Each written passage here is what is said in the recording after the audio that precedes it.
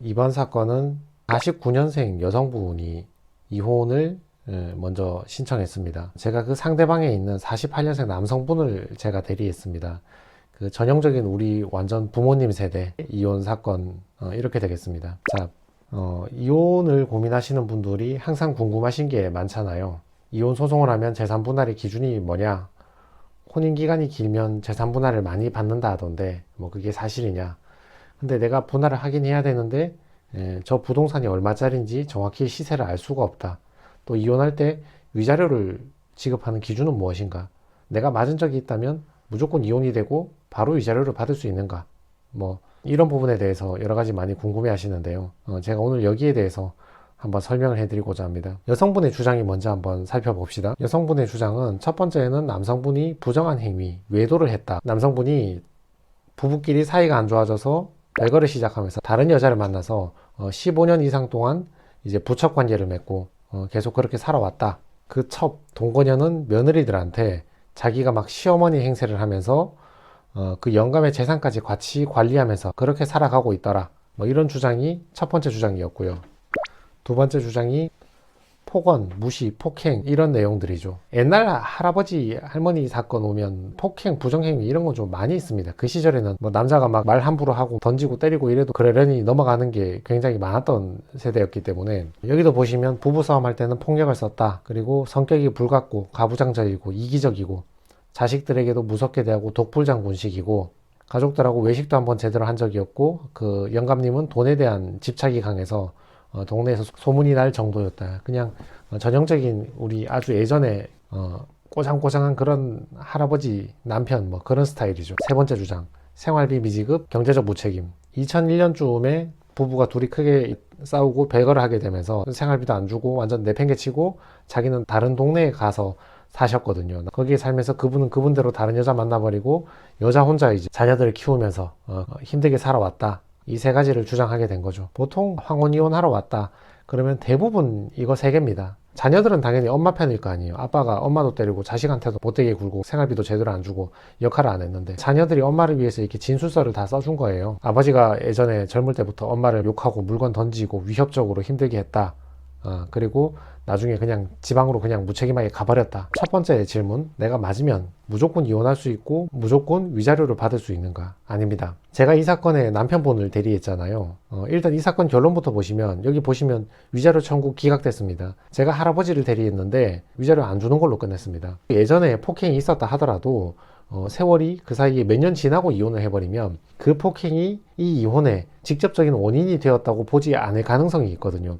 지금 이혼하는 거는 최근에 서로 노력을 하지 않았기 때문에 이혼한 거지 예전에 5년 10년 전에 폭행 때문에 지금 이혼하는 건 아니지 않느냐. 법원에서 이렇게 볼 때도 있고 자녀들이 저렇게 증인 진술서까지 적어서 아버지가 우리를 때렸다 이렇게 얘기하는데 없는 일을 거짓말하는 것 같진 않아요. 제가 볼 때도. 근데 변호사는 부인을 할 수도 있지만 증거 불충분 주장을 할 수도 있거든요. 형사재판에서도 제가 변론하는 이 의뢰인이 죄가 없다 이렇게 뭐 범죄 자체가 성립이 안 된다 이렇게 주장해도 되지만 그런 거 모르겠고 뭐 증거 있냐.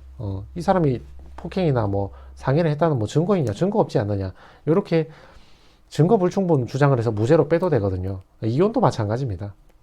예전에 폭행했다고 뭐 저렇게 많이 얘기하는데 뭐 증거 있냐, 이제 증거가 없다는 걸 주장해서 기각을 시켜버리거나 아니면 이만큼 폭행하고 이만큼 위자료 줘야 되는 걸 이만큼 폭행한 것만 최소한만 인정하고 이만큼 금액만 주는 걸로 그렇게 축소를 할 수도 있거든요. 여기도 판결문을 보시면 남자분도 혼인 파탄의 원인이 있지만 여성분 또한 혼인을 돌이켜보기 위해서 아무런 노력을 하지 않았고 법원에서는 폭행이 없었다는 얘기를 하려는 게 아니고 무엇이 원인인지를 보고 있는 거죠. 혼인 파탄의 책임은 원고, 피고 모두에게 대등하게 있다. 이 혼인 파탄은 서로 똑같이 잘못했다. 그런 말입니다. 밑에 보시면 인정할 증거가 없으므로 이렇게 되어 있죠. 그리고 그 밑에 보시면 자녀들의 진술서와 사진의 영상만으로는 폭언, 폭행, 무시를 인정하기 부족하고 달리 이를 인정할 증거가 없다. 지금 어머니는 역학관계상 자녀들하고 뭉쳐 있잖아요.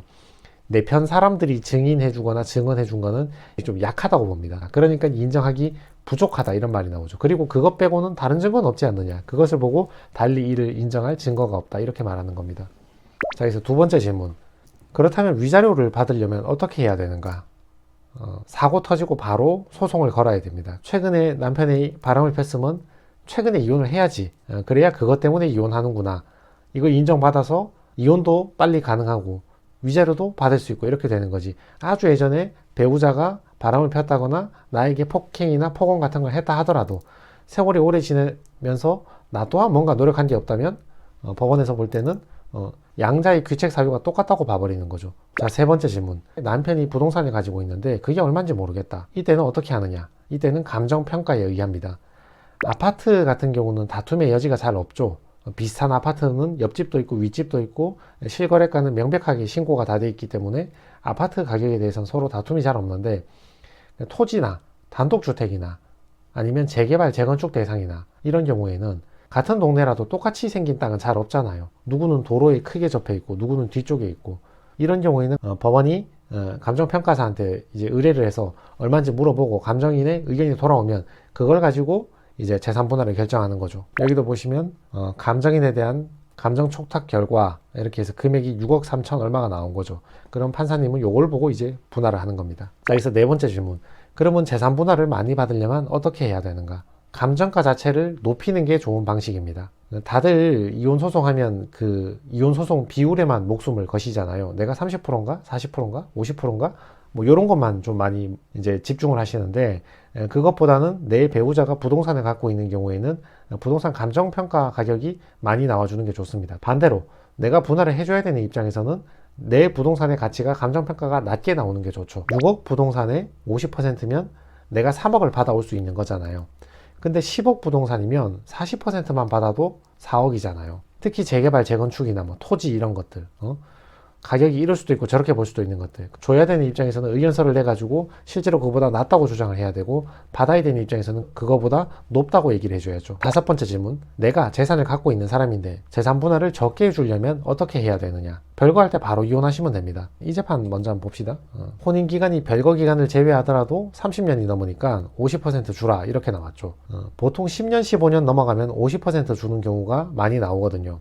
최근에 했던 이거 말고 다른 사건인데 내가 별거를 하면서 내가 한 5천 줬다 40% 재산 되는 거니까 이제 다 끝난 거 아니냐 그렇게 얘기하시던데 그렇지 않습니다. 그렇게 별거를 해도 이혼 신고 안 하고 이혼 소송 안 해버리면 그건 그냥 생활비 준 게 되거든요. 그럼 여성분이 5천만 원 다 쓰면 그거는 그냥 생활비 다 써버린 거고 몇 년 뒤에 이혼할 때 기준으로 남아있는 재산을 다시 다 분할해 버리거든요. 그렇게 떨어져도 그게 여성분이 자녀를 키우고 역할을 하고 있다면 그게 전부 다 나중에 재산 분할할 때 전부 반영이 돼 버리거든요. 이분처럼. 그러니까 이분 같은 경우는 재산 분할을 적게 주고 싶었다면 2001년에 집 나오실 때 아예 그때 그냥 얼마 주시고 이게 이혼을 딱 해버리시는 게 나았지. 그러면 그 뒤로 부동산 가격 상승한 거라든지 이혼한 뒤로는 완전 남남이니까 그 기간 동안은 이제 이혼할 때 반영이 안 될 건데 이혼한 것도 아니고 같이 사는 것도 아니고 여성분이 가끔 내려와서 싸우기도 하고 여성분이 애를 키우기도 하고 이렇게 애매한 기간이 중첩돼 버리면 그것까지 다 감안해서 이제 혼인 기간이 길어져 버려 가지고 재산 분할을 더 많이 해줘야 된다. 이런 내용입니다. 자, 여기서 오늘 10초만 아주 짧게 하나만 정리해 드리겠습니다. 재산 분할의 기준이 무엇인가? 재산 분할의 기준은 첫 번째는 누가 가져왔는지를 많이 보겠죠. 상속 증여를 받은 건지 아니면 우리 부부 둘이가 함께 살면서 모은 재산인지 누가 가져왔는지 이거를 많이 보고 두 번째는 누구 소득이 많았냐?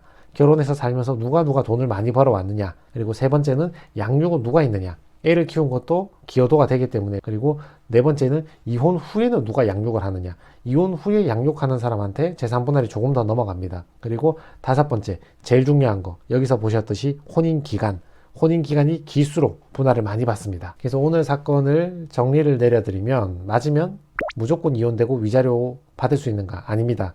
세월이 너무 지나버리면 안 될 수도 있습니다. 위자료를 받으려면 어떻게 해야 되냐? 사고 터지고 너무 길지 않은 시간 내에 소송하는 게 받아올 수 있는 가능성이 가장 높습니다. 부동산이 얼마인지 모르는데 분할을 어떻게 하는가? 주택이나 토지나 재개발 재건축 같은 경우는 감정평가에 의하면 됩니다. 재산 분할을 많이 받으려면 어떻게 해야 되는가? 내가 기여가 많아서 재산 분할 비율이 높다고 주장하는 것도 좋지만 감정평가 금액을 높이거나 그걸 낮추거나 하는 것도 좋은 방법입니다. 자기 명의로 갖고 있는 사람이 재산 분할을 적게 주려면 어떻게 하면 되는가? 별거할 때 관계가 사실적으로 깨졌을 때 그때 바로 이혼하는 게 제일 적게 주는 길입니다. 그래서 이혼을 고민하시는 분이라면 많은 참고가 될 것이라고 생각합니다. 네, 이상입니다.